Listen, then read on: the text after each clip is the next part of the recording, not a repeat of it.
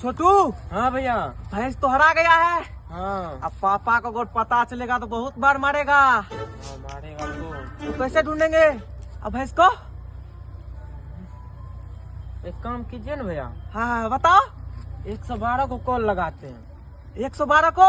हाँ हाँ तुम सही बोला। ये भगवान क्या जुल्म है। अच्छा साइड में बैठ के थोड़ा बात करेंगे। ये भगवान क्या जुल्म है। भाई को बैठो, कॉल लगाते हैं। हाँ हेलो। हाँ हेलो। प्रणाम सर। हाँ प्रणाम प्रणाम।